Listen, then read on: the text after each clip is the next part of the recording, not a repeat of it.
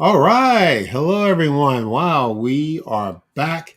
This was a very busy weekend that we just had. I mean, there was a lot going on. We're just glad to be back. Thank you so much. This is Father Son Galaxy. I am Kerwin. This is Keith. How was your May the 4th? I hope you had a great one. Let us know. Please tell us how it went. Thank you if you're joining us on YouTube and Instagram and Facebook. Yeah, so where do we start? I mean, I guess we should start with Friday. Let's just do, want to talk about, just to give you an idea what we're going to be covering tonight on this podcast episode. We will talk about the Bad Batch finale, absolutely, and we'll also talk about Tales of the Empire. But first, let's just do a wrap up of what took place this past weekend. All right. So thank you if you were able to join us on the live stream or maybe watched it later. We were live at the Regal Cinema in King of Prussia, I Pennsylvania. got free snacks. Yeah, that's all that's important. And free snacks. Yeah. So that was pretty cool. We just want to we just want to say thank you to the general manager Pete Schumacher and his team, Kayla, Stephanie, and the rest of the team. They were fantastic. As we said on the live stream, we love that theater. I mean, ever since we've been living in this area, this is the only theater that we go to, and it's great. Correct. Yeah. And it was so awesome that this was one of the 13, you say 16, but I don't know, 13 theaters that was playing the Skywalker Marathon. It was pretty cool. We did not stay for it, unfortunately, but we were there. We did help give away some prizes. Yeah. That was pretty cool. I And did trivia. yeah, we did. Yes, we did some trivia. Handed out some business cards. Met some very nice people. So that was a lot of fun. So thank you once again to the Regal Cinema in King of Prussia. And Saturday morning, that's when our panel began at the Fan Expo Philadelphia. We were there at 10:45, running a little late. We got to the room and the room was packed, which was wonderful. There were people who waited patiently for us, and we sat down. We had a great conversation about the 25th anniversary of the Phantom Menace and talked about the top 5 contributions that film made to Star Wars. That will be available soon. All right. But that was wonderful. We had a great time there. And then, we were there Saturday and Sunday.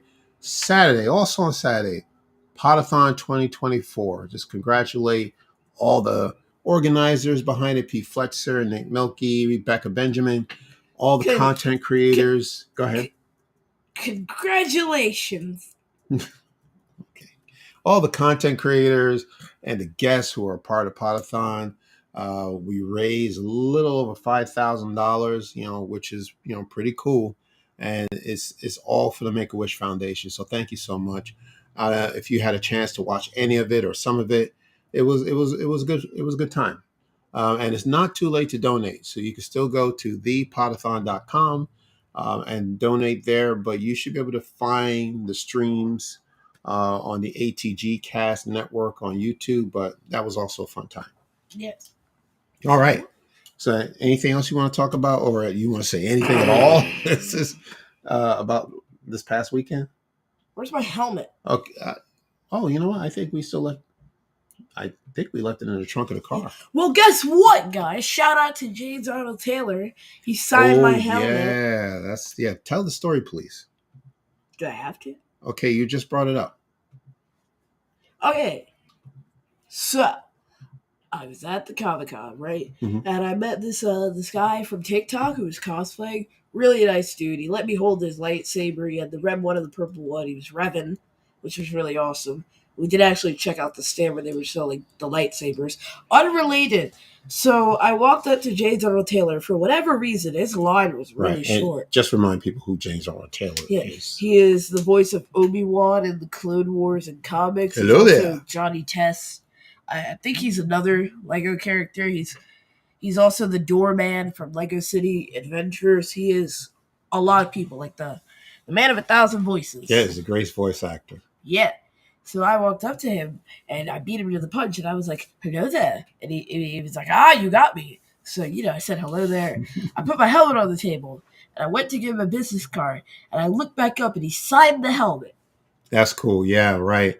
And you took a picture of that. Maybe we'll post that on if you want. If you want other people to see it. But that was very cool. And he didn't You didn't ask him to sign it. You just put the helmet on the table. He picked it up and he signed it and gave it right back. Yeah. That's awesome. Yeah. So, and speaking of celebrities, I mean, they were there. Some of them you know, I got I saw D. as Bradley close Baker. as close as they allow me to get to see the celebrities there. But Should have pulled some strings for you. yeah, I saw Diana Leona Santo and Emily Swallow. They quarantined Natasha Lou The, Bordizzo for not, whatever reason. no. She was like on the other side for the rest of the Ahsoka Well, cast. yeah, they had one row of celebrities, sitting at the table, and it was Ashley. They had the voice actors and character actors, Ashley and James Arnold Taylor, and D. Bradley Baker. D. Bradley Baker Matt was there, Lanter. Matt Lanter. They were all in one row, and I guess they couldn't fit all the Star Wars because there were so many. And then the row across was Natasha Lou Bordizzo, right? We saw Marissa Tomei. That was fantastic. She looked mad. Yeah, maybe she wasn't having a good day. Anyway, yeah, we saw a good number of people, and we were just right there. It's like, wow, they're right in front of us. But we had a really good time. It was pretty cool. So, thank you so much once again. I want to thank the Fan Expo Philadelphia for inviting us for the fourth time, or is it third time? I'm getting ahead of myself. Thank you for the Fan Expo Philadelphia for choosing our panel once again. We had a really great time. Like I said, yes, it was a packed audience, and we loved it. It was engaged, the conversation, wonderful. All right, so tell me, what did you do this past May 4th? All right, let's go to Q&A. Alex said, all right, I saw the Podathon part where you both interviewed Billy D. Williams. It was cool. Thank you so much. Yeah, that was awesome. Yeah, that was a dream come true. If you saw the interview, I explained to Mr. Williams, that I've been a big fan. Yes, big fan of his and The Empire Strikes Back and Star Wars for a very long time. So it was an honor to interview him. All right. And then we have Ken Bishop. Thank you so much for coming to our panel on Saturday. Ken, thank you so much. We really appreciate it. I unfortunately was not there. I wanted to be there, but I know Keith and Tanya were there to represent. And we love Mike and the family, and we love you as well. So thank you. I'm glad you were there. We got to get together. Families have to get together. We have to figure something out. Should do a cookout. Yeah, how about that? I'm good at grilling. Oh, okay, all right. There you go. You heard it first. I'm good at everything. That's neat how James Arnold Taylor signed your helmet without you asking. Yeah, that was right out of the blue. So that was excellent. So my goal is to get it signed by all the Clone Wars cast members. I think that's a great idea. Ken says we're working on some helmets. Ooh, more than one helmet. All right, okay. I could use your help with some armor for the rest of my Rex set. All right, well, let's see. All right, so Ken put it out there. Okay, this is awesome. All right, so that was the weekend. We had a really great time. So once again, if you make my dad a helmet though, if you're just joining us, let us know how you celebrated May the 4th. And anybody see the Phantom Menace or any films? Let us know. But in the meantime, let's just keep it moving because we got a lot to talk about. All right, so I can't believe that the finale was a week ago. I mean, time just flew by so quickly. So here we are. All right. And, I just want to say Omega, was the MVP of this entire season. She really did a lot. She was always moving. Speaking of which, Bad Batch really pulled a Guardians 3 on us, like telling a good story without any of the characters having to die. I don't know if I've said this before, but am I the only one who thinks Drax was supposed to die and they cut it out? Like, he did kind of get shot twice and have like a burning hole in his chest, and then he was just fine when they got on the ship. So. Okay, we were talking about Guardians of the Galaxy? Yes. Oh, okay, all right. But yeah, it was... excuse me. It's unfortunate that I have to say it's a surprise that nobody died because we're always expecting somebody from Star Wars to not make it. Right. And excuse me. Go ahead. I wouldn't have even accepted that. Like, I think it was for the best that they didn't bring back Tech. I agree. To just further dull the stakes. I agree. Yes. Yeah. I think the batch have gone through enough. They have gone through a lot of grief and trauma. So just to see the fact that they all survived and apparently lived a very long life, Yeah. that's all we And are want for still them. living. Yeah, But yeah. I will say this. I find it specifically odd that this whole season they were working up the fact that, oh yeah, Crosshair's got this hand tremor, he's gonna fix it, and then it just Yeah, so it's yeah, like having chronic hand problems, arthritis, can't grip your pencil right, just chop it right off. yeah. Because Makes that's all how your you problems fix your disappear. problems. Like, Yeah, why? I don't really understand why that happened. yeah. I feel like there was so much more for Crosshair to do with that hand. Like, Well, I'll go ahead. I'll let you finish. Go ahead. I thought the whole point was, oh, Crosshair is gonna have this massive shot. He made a whoopsie in episode 11, but he's gonna come back, he's gonna shoot, he's gonna score, and he's gonna win. And then they just said, nope, bum bum bum bum bum bum bum bum bum, and then The hand is gone. yep. Well, besides besides the fact that that's something that's common in Yeah, Star main Wars, characters seem to be losing lots of hands. losing your hand. Echo, Yeah, Crosshair, Luke, Anakin, especially the right hand. Vader. It seems to be the right hand all the time that gets lost. Well, yeah, But because everybody uses their right hand. yeah, All the no one clones is are left-handed. all the clones are cloned for Jango Fett, and Jango Fett was right-handed, so all the clones are right-handed. I see. Okay. And all the Black Series action figures are right-handed, even though Hunter and Tech dual wield. Hmm. They don't have molds for that. Oh, yeah, yeah. Since you're on the subject of Crosshair, I want to talk about that. Yeah, that was very interesting that would happen to him. So, of course, What a choice to make. this is a spoiler review. We hope that you've seen the episode. It's been a week. That this would have happened to him, but it was sad to see because Crosshair has been through so much the last 3 years. He's always done what he was designed to do. Right, good soldiers follow orders. And yeah, he might have been blinded by the Empire's um, you know goals and needs that didn't include the clones, but it took a while for him to understand that he was not a part of their plan. Yeah. But yes, but yet he still remained true to being a good soldier, right? And following the rules, and whoever know who the enemy is, you go after. It's black and white. Who the enemy is, go after the enemy. That's it. And then Yeah. he saw things weren't the way that not as black and white as he thought, and not what they were supposed to be. And then he came around and he did what he had to do. And then, of course, you try to go against the Empire. The quickest thing they're going to do is put you in prison. But yeah, so as far as losing a hand, yes, you're right, because at the beginning of the season he had the tremor, right? But and we were never really sure if it was just something that was mental or it was something that was physical. And they never explained it. But we do know that he felt without it, as far as being a good soldier, he's good at taking aim and firing upon anything. He's a marksman. He's a sharpshooter. Yeah, it's his thing. That's his gimmick. That's right, and that's his talent. And once his hands started to shake, he felt, okay, well, if I can't shoot anymore, what am I good for? I think there's a lesson here that he learned, that now that that hand is gone, that doesn't take away his talent. Well, Because he could just get a metal hand. Well, no. Echo did get a robotic attack. No. I'm not talking about replacing the hand, but what he did without the hand. You know what I mean? He was so concerned about losing his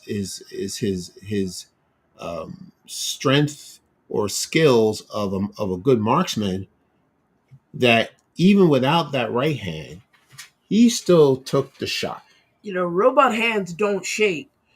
He could make the biggest comeback in his entire career with a prosthetic. Yeah, we're talking about two different things, but anyway.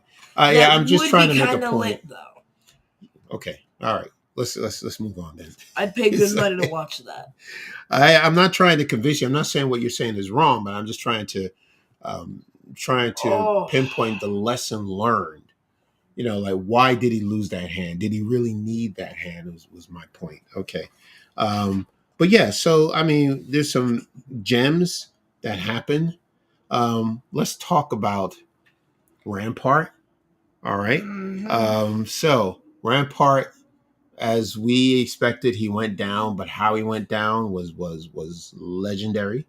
Um, so he gets arrested in the previous episode, and then he is put in a cell right across from Nalase, of all people. Yeah, of Okay, course. yeah. So he's in there for a little bit. Don't know what's going to happen.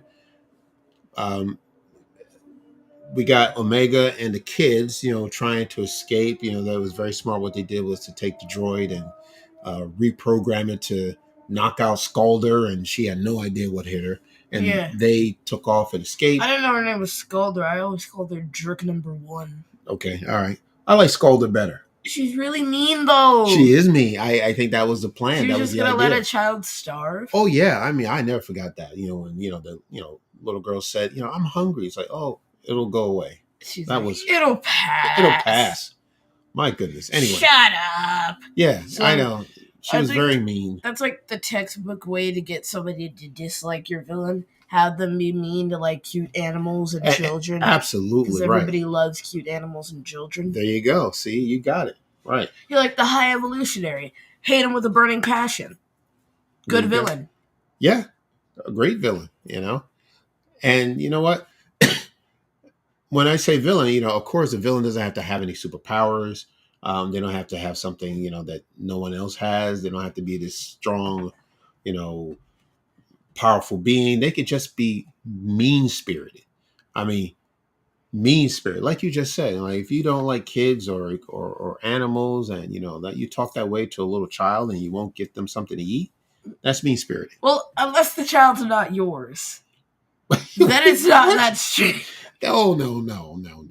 Those children are being held against their will. Correct. So the least that they can do, they meaning the Empire, they can feed these kids. Yeah, they can give some food. What are they getting in return? These kids are giving up their DNA samples, their and lives. They can't get. They're giving up their lives. A decent meal. Come on now.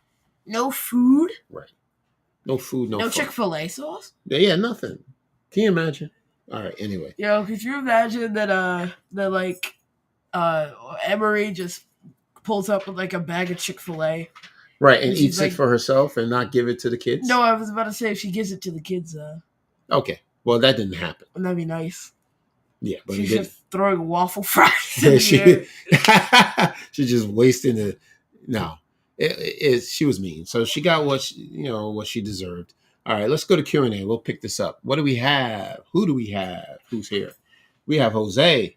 Hello, Jose. Thank you so much for joining us. This episode, we got the first canon appearance of 3 Imperial Star Destroyers and Jedi Venators.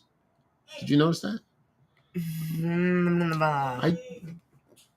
Is that true? Weren't they in the Clone Wars? I mean, like, do you mean that specific configuration and number of ships? I can't say for sure. I feel like we have seen these Imperial Star Destroyers, like during the explosion on Camino.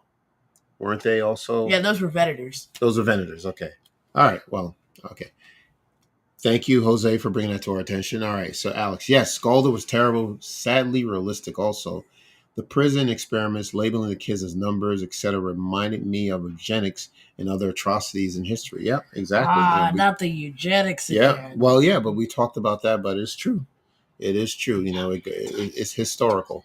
All right. So, the Zilla Beast. All right. We knew that Zilla Beast was going to get released. Yeah, because that was like the opening shot. Yeah. Also, it just seems like something they would do.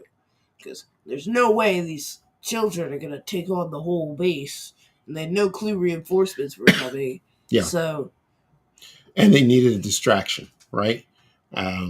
What better distraction than this Godzilla-like beast? Okay? Poor Scorch, though. And who's Scorch? You don't know Scorch? I don't remember. Delta Squad, the clone commando with the orange fire. Oh, right. Yeah, you told me about that. Yeah. Okay. Yeah. He just got shot off a bridge. Now, that was interesting where when the beast was let loose, Hunter and Wrecker are looking, and Crosshair is like, okay, well, this is either Echo's doing or Omega. And Crosshair and Hunter and Wrecker immediately said Omega. So that was pretty funny. Okay. Anyway. All right. So, okay. Let's get to Nalase. Let's talk about Nalase. I know this is very solemn. Well, let's talk about Rampart first, because he's all right. Let's go back to Rampart. Well, the both, they're both in the same scene. So, what do you want to say about Rampart first? Yeah. So Rampart was thrown in prison, and the strange part I noticed is that he didn't give up any info about the Bad Batch. But not yet. No. He was thrown in a jail cell, and when Omega and Echo freed him, he decided, hey, I'm gonna go follow Nalase. So Nalase's goal is to destroy the research. She wants to make sure that Omega's blood samples are wiped, and not just hers, but all the clones. She also grabs a thermal detonator. Yes. Now I think the original plan was to throw the detonator into the room and then get out. Maybe. I don't really know why she went in to clear the data when she could have just blown it sky high. That's a very good point. Sent it all to Valhalla. But she did decide to go, manually type through the data, and Rampart decides, no. So he goes into the room and he's like, yo, I'm not letting you do this. The Empire will put me back in their good graces. They'll give me money. They'll give me power. They'll give me status. Yep. And Nalase said, peace. So she ignites the thermal detonator and takes Rampart with her and all the research in a fiery explosion. And it is all gone. Hemlock is not happy. So he grabs Omega and handcuffs her to him and then drags her to his getaway vehicle. That is... Well, that's a strange flaw. If I just isolate that for a minute, a dude grabs a small child, handcuffs her to him, and then drags her to his getaway vehicle. Mm-hmm. Would you have any clue I'm talking about Star Wars? Mm-hmm. Yeah, put her in the white van and take off. Yeah. Well, yeah, apparently he was waiting for a ship and the ship exploded. But, all right, before we get there, though, can we finish up talking about Rampart and Nalase? Because this was, I don't want to say glorious. It was well done. Okay, we could sense that Nalase may not make it out. Don't know why she would. And she was so brave and valiant for what she did from the very beginning, from episode 1, season 1. She wanted to make sure that two things. One, Omega was safe, that the Empire would never find Omega, right? Because they know how valuable her blood is. And two, that her research done by her people does not fall into the Empire's hands. Yeah. By the way, even if Nalase didn't blow herself up, I don't think she would have lasted long. Mostly because that creates a massive problem for the OT, considering that there was literal forced cloning research, and the Empire never used it. And I'm sure that if Omega is in danger, Nalase could be convinced to keep doing research. Because, the only thing she really cares about is making sure Omega's safe. Which leads me to my second point. You think maybe Omega has a little bit of Nalase's DNA in her, and that's why Nalase cares so much about Omega? I never thought of that. Because it would make sense. Tell me. Because, Jango Fett is a dude, and Omega is a girl, so I don't really understand genetically how that works. Yeah, and that was never explained. Yeah, it never really was explained. I mean, sure, she's Kaminoan and bald and, very pale, but she's the only person who willingly could put DNA into the vial for a clone. So, I don't know. That's it. Yeah. Those are one of the things that the answers questions will never get the answers to. Also, Ventress, they have the same blonde hair. Yeah. I don't know. We just have to leave that open. Or Yeah, maybe there'll be a book about it or I would something. really enjoy answers. Well, sometimes, Keith, you don't get the answers you want. Yeah, but like we've had 3 seasons of the show, and not once have they ever hinted at it being anyone. So I say again, I would like some answers. Okay. Who's going to give you these answers? You know what? I'll ask Dave Filoni. Okay. All right. Yeah, And call him. hopefully he doesn't say the Force works in mysterious ways or something. Call him up and see, get Dave's opinion on it. All right. So, and let us know. Yeah. Okay. I would actually ask him, though. Yeah. So, yeah. Okay. I'd like to know. Yeah.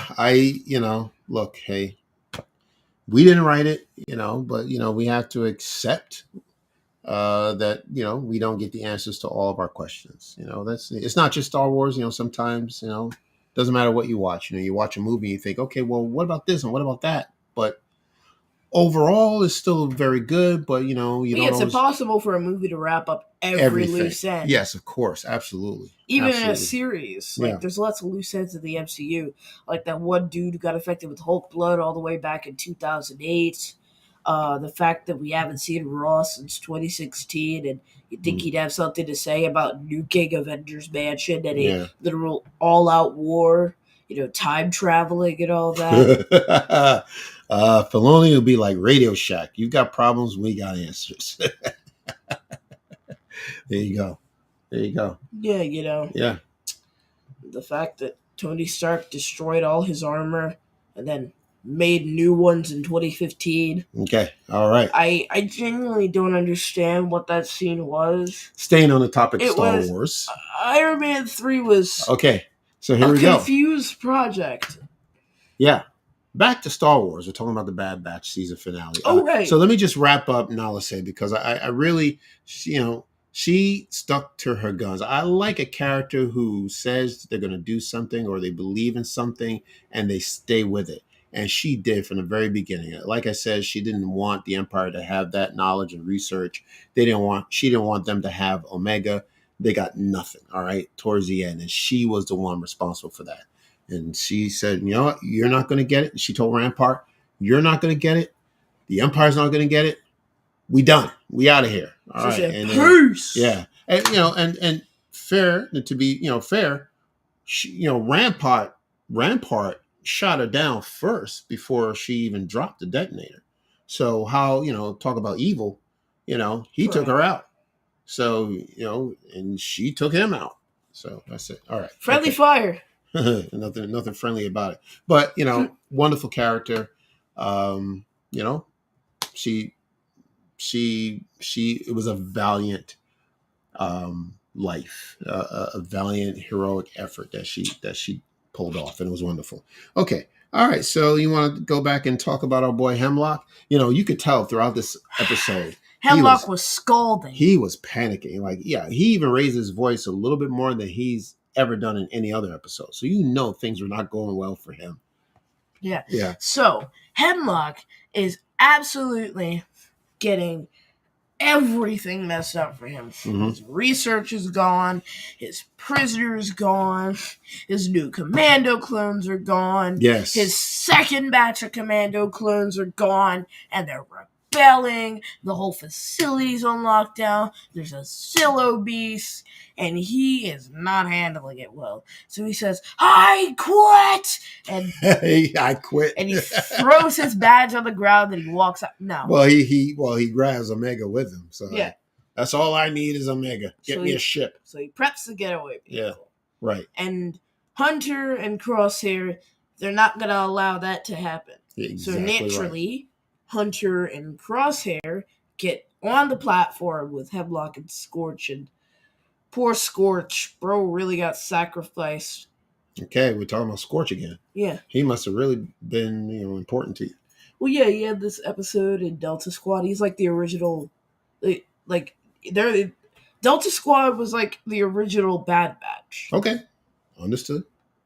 Okay. Yeah. All right. So once again, Omega knew exactly what to do. She had that, little weapon that she carried to, open the tiles. Yeah, okay, yeah, to break open the tiles of the wall so she can escape. And by the way, she did escape, and so did the little kids. And Oh yeah, the kids are fine. yeah, Echo found them right. and sent them off with Emery, which reminds me, where did she go? She went to Pabu. Pabu. Okay, you wanted Well, me to just say the word Pabu. well, Yeah. here's my question: what did she do? What do you mean? What did Emery do all that time? While she was on Pabu, Yes. ate some food. Also, why are the Bad Batch on Pabu? It's Why? known to the Empire as a place where Okay, they go. You mean to tell me that they all aged for like 10 to 15, at least 30 years actually, because like by the time this is happening, this is like 15, maybe 20. I don't know. Timelines are messy, but like 20 years. And they're all still alive. All the civilians are still alive. yeah. The Empire never came back, never wondered where they went. Well, I can tell you why that happened. Because they think they're dead. No, let me finish up this episode, and I can explain Tell to me you. now. Oh, excuse me. Wait a second. Because Keith, they weren't important anymore. Okay, and I'll tell you why they're not important anymore is because all right. So let's talk about what happened to Hemlock and his fate. So okay, boom, boom, boom, he's gone. All right. Omega escapes and she hugs her two dads, and they make it out. Now, who comes in to clean up the mess? All right, but Governor Tarkin. Tarkin himself. So Tarkin came in, and by this time, Hemlock is gone. The science lab is gone. Everything is destroyed. All right, there's nothing left. It's all up in flames. So what does he tell them to do? Shut this whole place down and put all your resources into Project Stardust. Bro essentially said, "Sweep it under the rug. Right. It doesn't matter." So right. So what happened there? Who was there? Who was left or who died, who lived. Tarkin doesn't care. This was not his thing. This was not his project. So anybody who was responsible or involved, he don't care. That's the reason why. Yeah, as Alex pointed out, I'm sure they're all dead by now. So well, and that's the reason why. Obliterated. Okay. Well, that's the reason why Pabu is off the radar. No one is looking for these clones anymore because that's old news. What's new is Project Stardust. And we know what that means. If you followed Rogue One, Project Stardust is the formation of the Death Star. And that's named after Galen Erso's nickname for Jen. Yes, his daughter Jen Erso. Rogue One was such a depressing movie. Oh, boy. Yeah. Never in my life have I heard of a movie that kills all its main characters within like 20 minutes. Yeah. Well, I'm glad you enjoyed the finale. K2SO went out like a beast, though. Yeah. I'm glad you enjoyed the finale of the Bad Batch because that's completely the opposite, right? Everyone survived. All right. Yeah. So, okay. So now we know that, everybody that we know, anyone that the Bad Batch has met throughout this season, who needed a place to stay. Oh, let's go to Pabu. Oh, you looking for something to eat? Go to Pabu. All right. Oh, you looking for a ride? Get a ride at Pabu. Everybody's on Pabu. Okay. See, these little kids are there, until they can find, who these the parents are, the family for these kids. They should put up missing child posters. Yes. They're on Pabu. They're having a great time. It's a beautiful planet. From the moment I saw it, I don't know if you felt the same way. From the moment I saw it, okay, this is the place where they're going to need to settle down and retire. And that's what happened. And let's talk about this beautiful epilogue scene where we see this person that looked like a woman, walking around, moving around in the dark, and then we realize it's an adult Omega, right? And this was, as a parent, you may not feel this right now, but there has to be a point in time where you have, yes, exactly right. That's your mom. There's going to be there'll be a time when we have to let our children go, right? whether they're going into the military, You or need to let your children go The- to the greatest place in the galaxy, Pabu. wherever, but this was very well done, very nice. Omega, I had a quote, I'll quote it.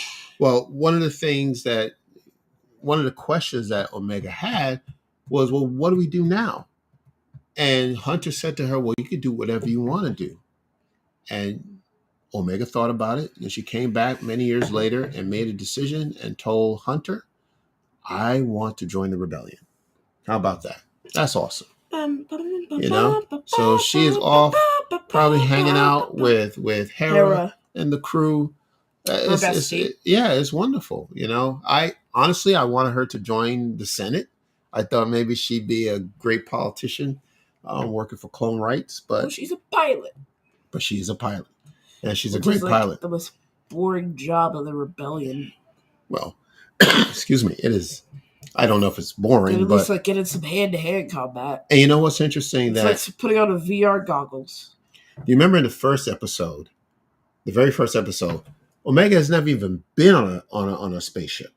You remember? Like, she was taking that ship, that trip with the batch for the first time, and she's going into hyperspace. You saw how wide her eyes got, like she couldn't believe it. She's like, and these many years that she's been with the batch, and Tech has taught her how to fly.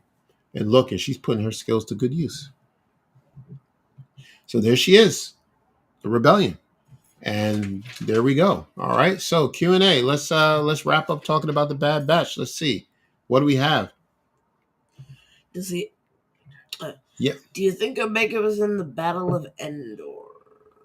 Well, if Hera and Rex were in the Battle of Endor, then Omega has to be too. I can see that. Yeah, I can see. That makes sense. There are so many pilots. I mean, there's no way to know, but of course she could be. Knowing Omega, she wants to be in every single battle. Just tell her where she needs to go and she's going to do it. Hera's the best, and she's such a responsible mother, bringing her child of not even 13 into an active battlefield where half her forces get obliterated. Mm-hmm. What a responsible parent. I'd let her babysit my kids. Yes. Okay. Good question. Does the epilogue take place after season 4 of Rebels? I would assume so. I believe it does, right? Because at this point, Hunter looks old, but not that old. Well, right. He's got gray hairs, but they're not grayed. Yeah. Like graying. And that would have been the formation of the rebellion right around that time, like around Andor, Rebels. Yes. So I would say that the epilogue does take place after Rebels. Good question. Hello, Bloom. I see you. Thank you. Thank you for joining us. So just to wrap up about, my thoughts for this series. This, I'm always talking about me, but to me, this series meant so much to me for a few reasons. One, when we started our podcast in 2021, this was our first series that we reviewed. And we have reviewed... It's the first series we've reviewed in its entirety. Yeah, and we reviewed every single episode of these 3 seasons. So all 47 of them. Yes. That is so annoying that it's 47. What's wrong with 47? It's uneven. I don't like uneven numbers. Okay. Right. And then, it's a whole thing. And what I enjoyed, and then, one of the couple of earlier episodes, we talked about who the clones are. We introduced the Bad Batch to everybody. Remember those episodes where we did that? We talked about the clones. That was our 4th episode. Yeah, it was way back. So, it's this series is very important to me. And then one other thing about it I've always talked about is I felt the series is speaking to neurodiversity, right? And because, you got these clones, you don't agree? Well, really, to me, okay, for me, these clones are considered, not normal, they're, but they're cooler. Well, yeah, but the point is that the majority of the clones are called regs, right? And the regs didn't like Clone Force 99 because they were different. Okay, and the clones didn't like the regs either. Well, yeah, because they were different. Very good point, right? But 2 sides of the same coin. But right, they all have their dislikes, but they're all the same. So my point is that no matter who you are, what your gifts are, your skills, where you come from. If you're, neurodivergent, or if you're just neurotypical, that we all have a place in this galaxy, right? Correct. And that we can all get together and, make something great happen. And what I enjoy about this batch is, yes, maybe they do things that are, different than others, or, out of the ordinary, but they still get the job done. And that's what this is all about, like, okay, And that's the moral of the story, kids. yeah. So I've always, I need food.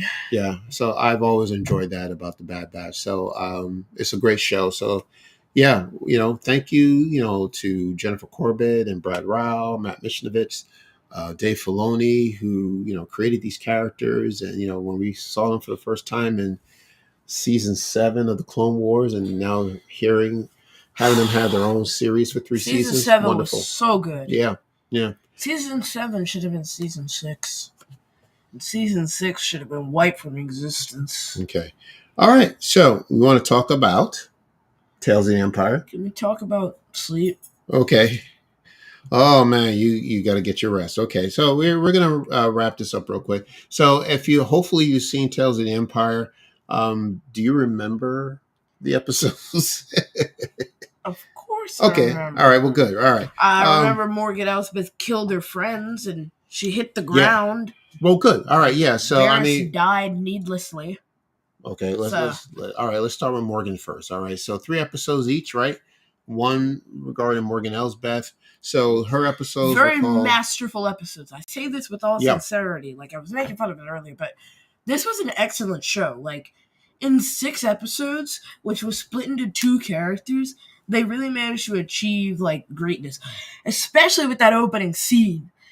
Like, Grievous, this was the Grievous we should have seen in the Clone Wars. I want to talk about that, yeah. Like, Grievous was just being bad for fun. Dude was out here. He knew these Night Sisters were not on his level. He was having playtime. These were like his action figures. Dude was like just bowling. Yeah. I'm glad you brought that up, because I want to talk about this moment. And correct me if I'm wrong, and I'm sure you will, because you love correcting me when I'm wrong, even when I'm right. Well, actually. So, is this the same time when Grievous and Dooku, remember in the graphic novel Son of Dathomir, right? So the unproduced Clone Wars episodes, Grievous and Count Dooku went to Dathomir to destroy pretty much all of the Night Sisters, including Mother Talzin. I would assume this is the same event. Okay, all right, good. Yeah, I thought it was too. It makes sense that we didn't see Dooku because he had his own 3 episodes. Well, right, yeah, and he didn't have to be there, but Grievous is the one that killed her mother. Exactly. So who knows? They might have just split up. Fun fact: Morgan's mother's also voiced by Diana Leanna Santa. Yes, she voiced her mother, right? And then they had a younger actor voice her at that age. Yeah, that was pretty smart. Yeah, that makes sense. Yeah. So right. Yeah, finally, we had an episode with Night Sisters in it that wasn't incredibly creepy and just like made the hairs on my spine tingle. Mm-hmm. Yes, hairs on my spine. Yeah, so we have so we know what happened. We were talking about the destruction of Dathomir, and yes, Morgan Elsbeth, went through the same tragedy. She lost her mom, and then she was taken in by this mountain clan. Like another set of Night Sisters, but they use their powers in a different way. Yeah, apparently the white makeup makes them all look like Joker's punk sister, mm-hmm. or like Joker's punk sister. Okay. Yeah. Okay. Like if JoJo Siwa wore Joker's makeup, that's what the Night Sisters look like. Okay. Right. I don't know if that's a compliment or what. Okay. So it's apparently like some sort of magic, which mm-hmm. I don't know why you would spend your magic energy on cosmetic appearances, but that did make a little more sense why Morgan Elsbeth doesn't look like the rest of the Night Sisters. Mm-hmm. So, mm-hmm. Okay. All right. So let's continue to talk about Morgan's story, but let's get to Q&A. What do we have here? All right. Jose, big prediction. I think the Mountain Clan revived Ventress. Why would they though? Well, Like, it's a valid theory, it could. but they would it's have to travel possible. to Dathomir because that's where Ventress currently is. Right. That's a very good point. Now, well, I think they were still on Dathomir, right? But somewhere up in the mountains. Yeah. Right. So they were still So on they the would planet. have to travel to the heart of Dathomir. I mean, like the Night Sister Coven, well, you're wherever right. that is, they got to go there. Yeah, that's very to interesting. go revive Ventress. That's a very good point. I don't know, but I wish I had some answers about. I know we keep asking, oh well, how did Asajj come back? We have no idea. Okay. Alex. Yes. Barris's fate is uncertain. I don't think they confirmed her death officially. I agree with that. Go ahead. I will say, I want to believe it. I believe it, but I feel like I shouldn't because everybody's been using play mode lightsabers for the past 2 years. I don't know why they would stop now. And explain meaning that people are getting stabbed by So these yeah, lightsabers, people are but they getting survive. stabbed by lightsabers, which Yeah. should literally cook their internal organs. Yeah. These same sabers are able to slice through metal without any signs of effort. Yeah. On multiple occasions, as early as the Phantom Menace. Like, even Reva does it. And you mean to tell me that not only did people with high force sensitivity, like the Grand Inquisitor, survive it, and Reva, Sabine survived it. Yeah. Sabine couldn't lift a cup with the force. Okay. And she survived being impaled by a lightsaber. Yeah, we've been through this before. So, I don't exactly believe Barriss is dead. I feel like it was a little rushed as well. Yeah, well, there was more to do with her character than that. Yes, I agree. Okay, well, we're going to get to Barriss. All right, so the first 3 episodes, one was called The Path of Fear. The Path of Anger was the second one. The Path of Hate. Yeah, which is like anger, fear, hate. Fear, anger, exactly hate. right. These are the paths to the dark side. Exactly. Which is really clever. So shout out to Star Wars for that one. Yes, exactly. All right. So not to go too deep into details of these episodes, but I want to talk about the second episode where Morgan meets Thrawn for the first time, which is pretty interesting. So what I guess I need to, remember that creepy dude that Zeb didn't like, Rook? Rook, right. Which he's Rook, back. Yes, and Rook, worse than ever. Yeah, Rook, by the way, is in the Timothy Zahn novels, the original Heir to the Empire novel. So he is a character there. So is Captain Pelion, right, who appears in live action in The Mandalorian. So it's great to see these characters back. So Thrawn was just putting her through the test before he actually appeared, and wanted to know exactly why does she want to work for the Empire. So if I remember correctly, the animators watched Morgan Elsbeth's fight scenes in The Mandalorian to animate the fight. Oh, is it really? Okay, I didn't know that. Okay, yeah. Diana said that in the interview. Oh, pretty sure. Okay, gotcha. All right. Oh, by the way, yeah, we do. I think we mentioned this before. Let's mention it again that we were, happily chosen to be a part of the roundtable where we interview Meredith Salinger and Diana Liana Santos. So please check that out. That is on our channels, or you can catch it on your favorite streaming platform. All right. Okay. So very interesting, that, the reason why, he wanted to just drill down in her. Why do you want to work for the Empire? Her answer, revenge. That's all she wanted, revenge. Okay. She wanted to burn those who burned her. Yeah. So she was just, again, trauma. And she's fighting fire with fire. Right. And then that was a very interesting image, I wanted to talk about now. We can talk about the third episode where she's now about to burn it. Don't know where she learned it. A part she's of fighting this, fire with fire. Corvus, where she is the magistrate. We know that from the Mandalorian episode. But, she treats his people like garbage. You know what I mean? And that senator as well. Yeah. Turned into fried fish. And how about that? So we know, and look at the time jump. So we know, the first episode took place during the Clone Wars. The second episode, right. Why is there an email listing for Meredith Salinger? Right before, the formation of the Empire, and then this one is after everything. After the Empire has fallen, she is now the magistrate. The New Republic comes to visit her and says, all right, surrender your title. You need to lead this place. And she said no. And she took out that senator. She was like, sick him. And burned the city that she is actually responsible for taking care of. Yeah, because that's the most responsible decision. Yeah. To burn down the city. It's like... Burn the city that you're responsible for. Your own city. If you have a fleet of stormtroopers, yeah, and you throw them on a ship, and you set it for a crash course fiery landing on Tatooine, what do you think's gonna happen when you end up meeting the fiery wreckage of the ship, and like all the stormtroopers are now injured and debilitated? Like, who's gonna help you conquer the world? Who are you meant to rule over? Morgan, why are you burning it down? Yeah, I mean that's anger, and that's what it is. Fear, anger, and hate. Right? That's the transition. But okay, so that was very very powerful episodes. All right, let's move on to talking about Barriss Offee. All right, so I wanted to go back and look at that classic episode. All right, the wrong. She sent a message to Bo-Katan. Okay. All right. The senator.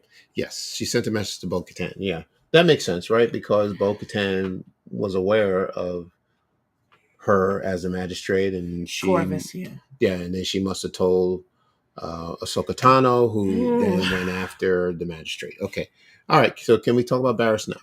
Yeah. Okay. All right. I'm trying to wrap it up, but you keep going backwards. Go. All right. So here we go. So I went back and I watched The Wrong Jedi. All right. And when you watched the wrong episode? The episode where Ahsoka walks away from the Jedi Order. All right. You remember that episode. It was a classic. Am I the only one who thought Barriss really should have been established more as Ahsoka's friend? They had one arc of Geonosis. Okay. You're rubbing your eyes. Let me get through this so we can finish up. Okay, here we go. So I went back and I watched this episode, The Wrong Jedi. Very powerful episode because Barriss Offee, if you don't know the story, this is a spoiler review. There was a murder on the Jedi Temple. She was the one responsible. She was the one responsible. So when she was brought to the courtroom, here's what she said. She made a speech. I'm talking about Barriss Offee. So she said the Jedi are responsible for this war. That we have so lost our way that we have become villains in this conflict. That we are the ones that should be put on trial, all of us. And my attack on the temple was an attack on what the Jedi have become, an army fighting for the dark side, fallen from the light that we once held so dear. This republic is failing. It's only a matter of time. Okay? So that was from The Wrong Jedi, written by Charles Murray. So that's her stance. That's what she took. She said, "Oh, and you know what? And she's not wrong." I just realized. Yeah. This is like a perfect parallel. Tell me. To Morgan Elsbeth. Think about it. She started off with a happy life and peace, and then she went down the path of anger and hatred. Who are we talking about? Morgan Elsbeth. Morgan. Okay, go ahead. Barriss started on the path of anger and hatred, and then she channeled it into peace. Well, yeah, I mean, it was kind of like a roller coaster for Barriss, right? Because you figured as a Jedi, that's all she knew. She was trained very young, as most of them. I'm talking about in this show specifically. Okay, all right, gotcha. Very nice. Right. Okay, all right. I think the friend that Barriss Offee mentions in the third episode is Ahsoka Tano. I think that they made up. Okay. Cool. Yeah, I'm not sure about that. Okay, so she's in prison. And this series is immediately taking place after that episode, right? And then this is when Order 66 has been executed. And then, we have Anakin going back to the temple and wiping out any and all Jedi there. What a bad father. So what's next for Barriss Offee? If she's not going to be a Jedi, then she gets recruited to become an Inquisitor. She gets recruited to be an Inquisitor. Now, and so her buddy...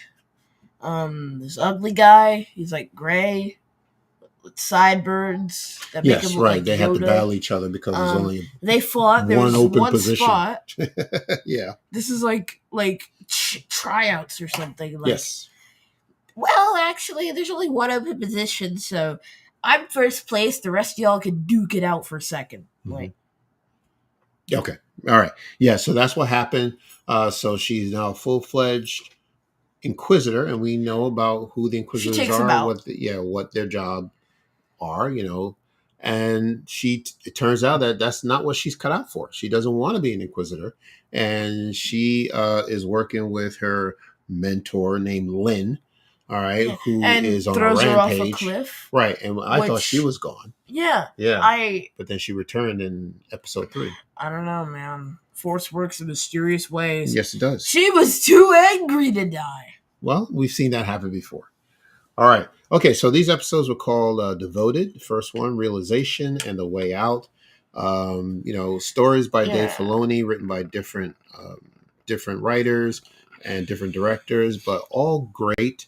So let's talk about the final episode where we see a more mature Barriss Offee. Yeah, maybe a few years into the future. Yeah. And Barriss is now called Wise Mother. Yes, it's apparently some type of healer. So she was hiding out. She went to herbal medicine or whatever. Yeah, right.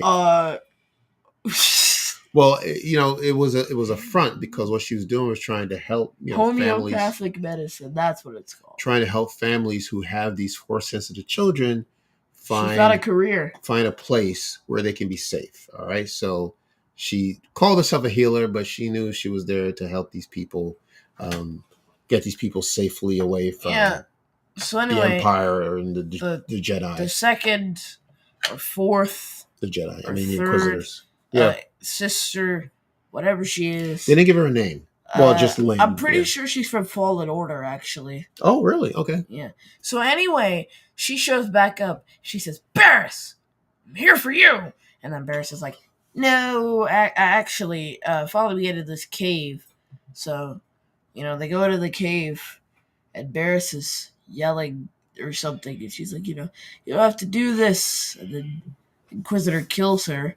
For some reason, she was actually in the cave. Yes, right. Now she got the lightsaber. All right, right. Yeah. She really got the short end of the stick there. Now, I think it was Alex who brought up the point is we're not sure if she's actually gone, because if you recall the final seconds, there's a bird that's watching the two of them walking out of the cave. So Lynn is carrying Barriss, but we don't know if Barriss is alive or not. And it's possible that she could be. And that's how it ended. Uh-huh. Yeah, okay. All right, so so there you go. That is Tales of the Empire. So another special gem that the Force works in mysterious ways. Another special drop, dropped by Lucasfilm and Disney on May the 4th. So once again, the show gets 10 lightsabers out of 15 Beskar spears. Okay, wonderful. All right, it was great episodes, well done, well written. So we're glad for that. All right. As we wrap up, all right, final Q&A. Let me know if you have anything else that you'd like to discuss. Keith, have you seen Lego Star Wars Rebuild the Galaxy? Yeah, I did. Yeah. Jedi Bob. That looks 20 years awesome. later, he's back. Guess who's back? Back again. Okay. Jedi Bob. Tell a friend. Did you hear this? I believe Mark Hamill is actually voicing a character. Well, I'm certain it's Luke. Well, yeah, right. Yeah. But, or the Joker. Well, okay. Yeah, so that's interesting that he's coming back to voice Luke in the animated series. I think he's like the first OG actor to come back for an Orlando animated project. Billy D, right? Does that count? Like a Lego project, I mean. Yeah, but wasn't he in the Lego Vacation? He was? Yes. Okay, second OG actor. Yeah, he was like the cruise director. Like he was welcoming people onto the ship. Yeah, okay. Anyway, we're looking forward to that, Jose. That is coming out in September, so we'll get more information on that when we have it. Question: which Star Wars show are you looking forward to the most? Are you talking about this year? Acolyte. Okay, Acolyte is right around the corner. But honestly, for me, Alex, it's always been Skeleton Crew. I really don't even know if it's coming out. No, it's coming. It's coming. It's been 2 years. I know. I mean, we've been talking about this since Anaheim. But I have been looking forward to it ever since I heard about it because I'm a big fan of 80s films. I grew up in the 80s, obviously, and watched, films like The Goonies and You E.T., saw Back to the Stranger Future. Things. I hate Yeah, him. yeah. Hey, thanks to you. Stranger Things is awesome. They really did Bob dirty. Please don't tell me anything. I don't want any Well, that's spoilers. I haven't season seen it. 2. Did you finish it? Yes, I did finish season Yeah, 2. they really did Bob dirty. I don't remember who Bob is. He was Joyce's boyfriend. Okay. The Oh, that's funny Bob. dude Yeah, that yeah. everybody liked. Right. Speaking of But which, he got beat up pretty bad. Yeah, Okay. pretty much killed. I mean, like, never in my life have I seen somebody run out from imminent danger and then look and stare and, like, wait to get attacked. I don't know what happened. Like, maybe his controller died or something. All right. Like, what? Okay. All right. Let's keep going. All right. I can't do this right now. I'm looking forward to Skeleton Crew, Alex. Keith is looking forward to The Acolyte. Did you like MacGyver? I didn't watch MacGyver. I know about him, but I didn't watch any of the episodes. Who even is MacGyver? Yeah, I've heard of MacGuffins, but what's MacGyver? Yeah, so he's one of these guys that, he can put things together with very little. So he's like Bob the Builder. Yeah, I guess. Yeah. He gets himself out of danger with like a staple and a paperclip. So he's like Tony Stark. Yeah. Skeleton Crew coming in winter 2024. That is correct. Yes, I'm looking forward to that. Oh, it is. Yes, I said that. It is coming. It's been a while, but it will be here, and I'm looking forward to it. All right. We're probably going to review it.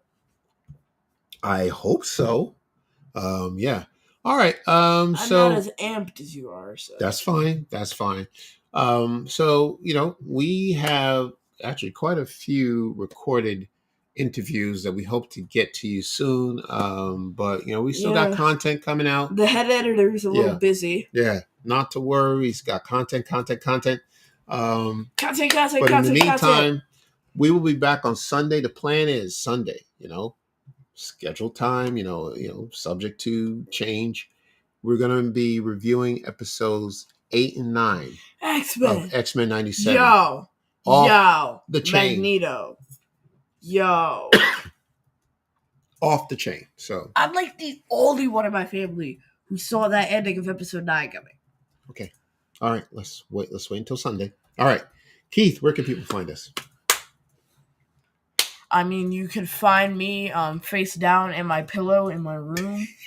As far as the podcast, though, you can find us on Facebook, Twitter, and Instagram at Fathers and Galaxy, website fathersandgalaxy.com. Our, did I say Patreon page? Patreon. You barely said anything. /Fathers and Galaxy. Uh-huh. And our merch store, fathersandgalaxy.myspreadshop.com. We have so many interviews coming. So many. Interviews. So much money. Okay. All right, everyone. I know this was a long episode, but we had a lot to cover. I'm really glad that you stuck around. We're having a good time, as you can see. We'll be back on Sunday. All right, if all goes well. I know Keith cannot wait to talk about X-Men 97. Correct. Thank you to our patrons, Mary B, Baraxium. Thank you so much. If there are no further comments or questions, I think we are done. Anything else, producer? Bye. Okay. Magneto is a very well-written character. Correct. Absolutely he is. Oh, man. I'm telling you, I just feel like it's so timely, these episodes, like X-Men would never go out of style because it's relevant. And it doesn't matter when you release it, how you release it. The stories are still relevant. So I can't wait to talk about it. All right. And hope we see X-Men 97 in Deadpool and Wolverine. I mean, there's wonderful. Marvel is used. I can't wait to see that. I hope so. Marvel is no problem doing animated and live action crossovers. Like, remember that scene where Spot popped into the Venomverse to go steal a pack of gum from that cashier from Venom? Yes, that's true. And across the Spider-Verse. I remember that spot. Yeah. More looking forward to Skeleton Crew. Yep. So am I. Magneto's my favorite. Gilman. Okay. All right. What's a Gilman? All right. I don't know. Okay. Yeah. Thank you. By the way, Bloom, you don't have to read the High Republic books. Like, the Acolyte takes place 100 years after all that has happened. 100 years before. The Phantom Menace. Yeah. Yeah. It's like 100 years before the Phantom Menace meeting. It's pretty far removed from the High Republic. Yeah. Things. Hey, you know what? It's nice. It'll be just like Andor. Like majority of the Dark characters and in brooding? Andor. No, the majority of the characters are new. We have no frame of reference. So we're Pinky's all out going to time for be buffet. learning and watching these characters and learning about them for the first time. So I think that's what makes it exciting. So looking forward to that. All right. I think that's it. All right. Thank you, All right. everyone. No other comments. No, We please. enjoy having you. We love talking to you guys. Okay. Yeah, we sure do. Yeah. So we love having fun. We love that you're engaged. So we can't wait to see you again on Sunday. Until next time. Take care. And we will see you